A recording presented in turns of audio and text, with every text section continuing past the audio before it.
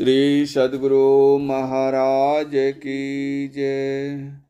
प्रातः स्मरणीय अनंत श्री घोषित परमाराध्य संत सद्गुरु महर्षि में परमहंस जी महाराज का प्रवचन। पाप और पुण्य दोनों बंधन।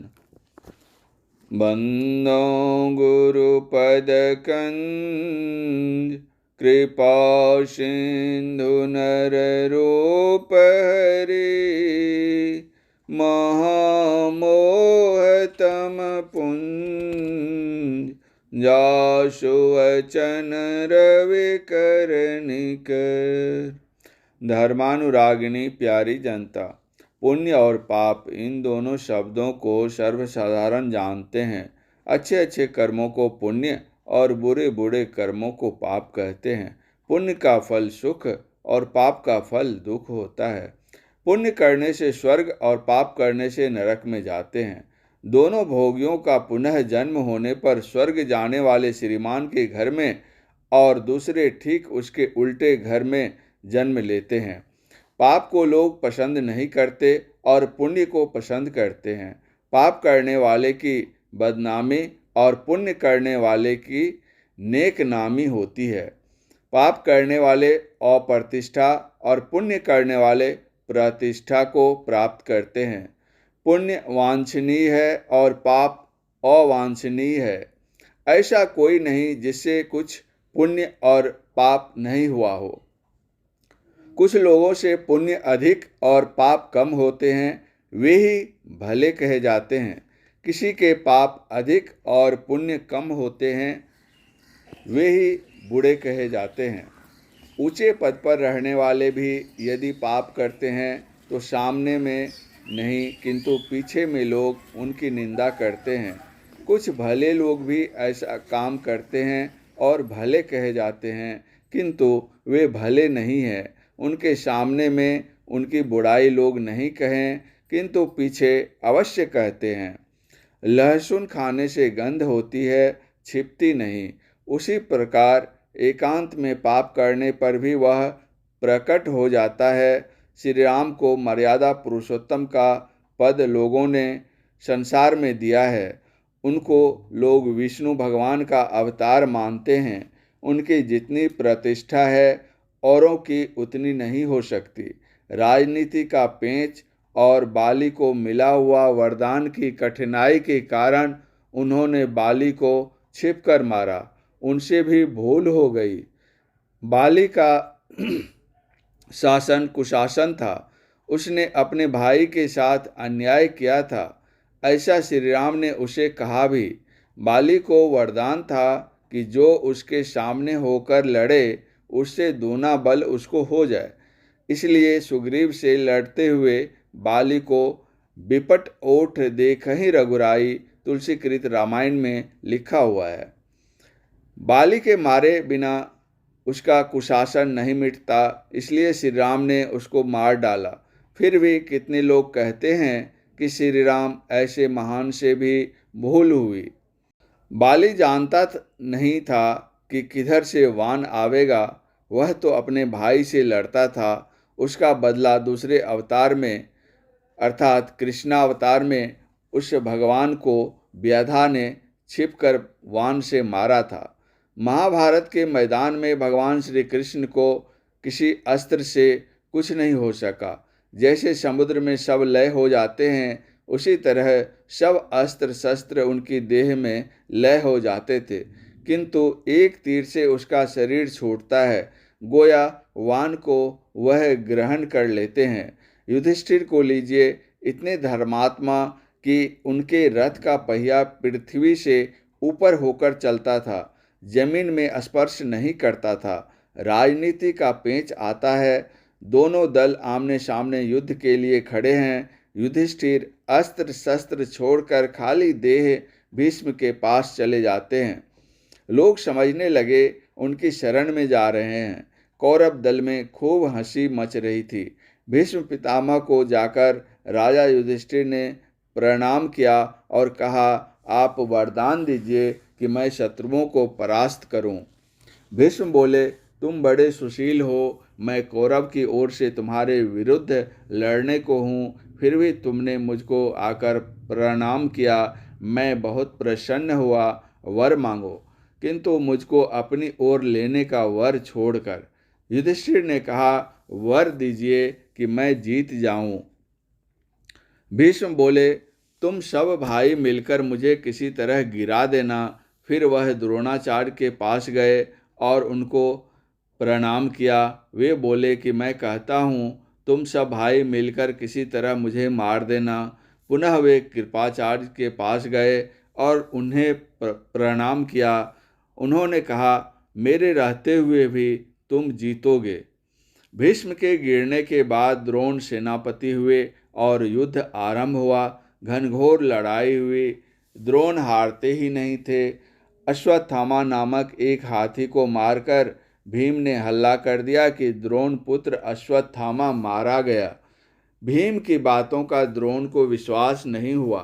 श्री कृष्ण के कहने पर लाचार होकर युधिष्ठिर को झूठ बोलना पड़ा। द्रोणाचार्य ने युधिष्ठिर से 3 बार पूछा। तीनों बार युधिष्ठिर ने नर अश्वत्थामा के मरने की बात कही। इतने बड़े मनुष्य से भी पाप हो गया। उन्होंने कितने तीर्थ व्रत यज्ञ दान आदि पुण्य कर्म किया था, किंतु झूठ बोलने का एक पाप कर्म करने से उन्हें नरक देखना पड़ा। भले वो प्रकृति वश चूक भलाई। लाचार होकर भी ऐसा काम हो जाने पर भी कोई पाप के फल से बच नहीं सकता। पाप का फल अवश्य भोगना पड़ेगा। लोग पाप करते हैं और चाहते हैं कि पाप का फल दुख न हो, तो क्या ऐसा उपाय है जिससे पाप का नाश हो जाए? तो ध्यान बिंदु उपनिषद में लिखा है, यदि शैल समंग पापंग विस्तीर्ण बहुयोजनम विद्यते ध्यान योगेन नान्यो भेदः कदाचन। कई योजन तक फैला हुआ पहाड़ के समान यदि पाप हो तो वह ध्यान योग से नष्ट हो जाता है। इसके समान पापों का नष्ट करने वाला कभी कुछ नहीं हुआ है।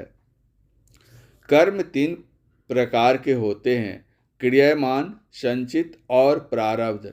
जो किसी प्रारब्ध के कारण से नहीं होता, केवल पुरुषार्थ से ही होता है, वह नया है। पुराने कर्म के कारण से ऐसा हुआ सो नहीं, वह क्रियामान कहलाता है। जितने कर्म करते हैं वे जमा होते हैं। उस जमा में से थोड़ा थोड़ा भोगते हैं, वह है प्रारब्ध।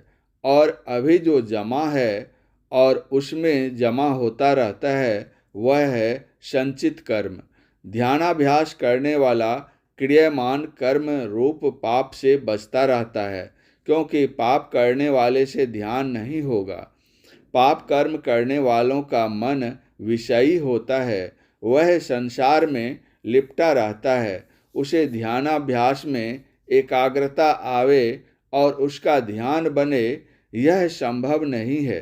ध्यान करने वाला मन को विषयों से हटाता है और पाप से बचाता है। खाना पीना पहनना भी विषय है, किंतु वह इन सब को भोगते हुए इनमें लिप्त नहीं होता। डॉक्टर जानता है कि शरीर अस्वस्थ होने से कौन भोजन नहीं करना चाहिए और कौन भोजन करना चाहिए। उसकी बातों के अनुकूल रोगी चलता है और धन पास रखने वाला धनी यात्री संकट से के रास्ते से बचता है। बुद्धिमान पापों से बचने का इच्छुक गुरुवाक्य के अनुकूल विषय के कुपथ्य से बचता है, और वह परमार्थ मार्ग का यात्री प्रमाद और कुसंग रूप संकटों से बचता है। इसलिए क्रियामान पाप कर्म उसको नहीं होता है। शरीर में बरतते हुए प्रारब्ध का भोग नहीं हो कब संभव है? कितना हूँ ध्यान में चढ़ा हो, उसका फल भोगना ही पड़ेगा, किंतु उसका भोग वैसा होगा जैसे कोई मद या भांग पीने वाला मस्त हो जाता है, तब कहीं चोट लगने से उसका दर्द उसे कम मालूम होता है। डॉक्टर क्लोरोफॉर्म देकर किसी रोगी की चीरफाड़ करता है, किंतु उसका दर्द उसे मालूम नहीं होता, उसी प्रकार भजन के नशे में उसे कर्म फल भोग का दुख और सुख कभी कम और कभी कुछ मालूम नहीं होता। संसार का सुख भी उसे आकर्षित नहीं करता, वह सुख को सह लेता है। साधारण लोग सुख नहीं सह सकते, दुख को भले ही सह ले। सांसारिक सुख में लिप्त होना और अहंकारी बनना सुख नहीं सह सकना है, किंतु ध्यानाभ्यासी सुख दुख दोनों को सहते रहते हैं। फिर ध्यानाभ्यास द्वारा ऊर्ध्व गति होती है और अभ्यासी कर्म मंडल को पार कर जाता है। उसका कर्म बीज जल जाता है और उसके तीनों कर्म नष्ट हो जाते हैं। इसीलिए उपनिषदों में लिखित श्लोकों में ध्यानाभ्यास द्वारा कर्मों का क्षय दृढ़ता से बतलाया गया है। पाप पुण्य दोनों कर्मों के फलों से बचने के लिए ध्यानाभ्यास करना सीखो। पाप पुण्य दोनों बंधन है। ध्यान क्या है? ध्यानं निर्विषयं मनः, विषय को मन जरा भी नहीं पकड़े। रूप रस गंध स्पर्श और शब्द, ये 5 विषय हैं। इन विषयों को छोड़कर मन रहे, ऐसा होना मन के लिए मुश्किल है। मूर्ति ध्यान रूप हो ही जाता है, भोजन करते ही कुछ रस हो ही जाता है। संसार में रहोगे कुछ न कुछ गंध लगेगी ही। जप करते रहो, शब्द को पकड़े हुए हो, विषय से मन कहाँ हटा। इसका अर्थ नहीं कि जप और इष्ट का ध्यान ही नहीं करो, जपो ध्यान करो। संसार में बहुत रूप हैं, सब रूपों से आसक्ति हटाकर अपने मन को एक रूप पर रखो। कितने रूप छूट गए, बहुत शब्द है, सब शब्दों को छोड़कर एक शब्द के जप में लगे रहो। कितने शब्द छूट गए। इस अभ्यास में पहले दृढ़ हो जाना चाहिए, तब स्थूल रूप का ध्यान और अभ्यास करना चाहिए। भजन करने के समय यदि ख्याल करो कि हलवा खाऊं तो ध्यान कैसे होगा। मतलब यह है कि नाम जप और इष्ट मूर्ति ध्यान के अतिरिक्त मन में कुछ न आने दो। इस तरह सब विषय छूटकर केवल एक नाम और एक रूप रह जाएं, ये स्थूल नाम रूप हैं। इस साधन के दृढ़ हो जाने पर इसको छोड़कर सूक्ष्म रूप और सूक्ष्म नाम के साधन में मन को लगाना चाहिए। सूक्ष्म रूप का साधन ही दृष्टि साधन है। जिस रूप को कभी नहीं देखा है, उसे देखने की कोशिश करनी चाहिए। स्थूल मंडल में आँख खुलते ही स्थूल रूप देखने में आता है। उसी प्रकार दृष्टि साधन ठीक ठीक बनने से सूक्ष्म मंडल में सूक्ष्म दृष्टि खुल जाती है और सूक्ष्म रूप देखने में आता है। तब कहो कि इष्ट का ध्यान छूट गया। नहीं, इष्ट के स्थूल रूप का ध्यान छूटा, अब उनके सूक्ष्म रूप के ध्यान में मन लग गया। यहाँ सूक्ष्म विषय रह जाता है, इसको भी त्याग कर इष्ट का निर्विषय स्वरूप आत्म रूप प्राप्त करना होगा। इस प्रकार के स्थूल और सूक्ष्म रूप छूटेंगे, किंतु इष्ट नहीं छूटेंगे। सूक्ष्म रूप मंडल में सूक्ष्म शब्द अर्थात ध्वन्यात्मक नाम का ग्रहण हो सकेगा, जिसके विशेष भजन से सूक्ष्म रूप मंडल कारण और महाकारण जड़ रूप मंडल छूट जाएंगे और सच्चिदानंद पद के केंद्र में वह शब्द भी लय हो जाएगा। वही केंद्र निर्विषय तत्व पद इष्ट का परम स्वरूप या आत्म रूप है। ध्वन्यात्मक शब्द जहाँ छूटेगा, वहीं परमात्मा का साक्षात्कार होगा। इस प्रकार निर्विषय तत्व को पाते हैं, जिसके पाने वाले को संचित और प्रारब्ध कर्म छू नहीं सकते हैं। परम पूज्य गुरुदेव का यह प्रवचन बिहार राज्य के पूर्णिया जिलांतर्गत ग्राम रघुवंश नगर में दिनांक 8/7/1952 ईस्वी के सत्संग में हुआ था। श्री सद्गुरु महाराज की जय।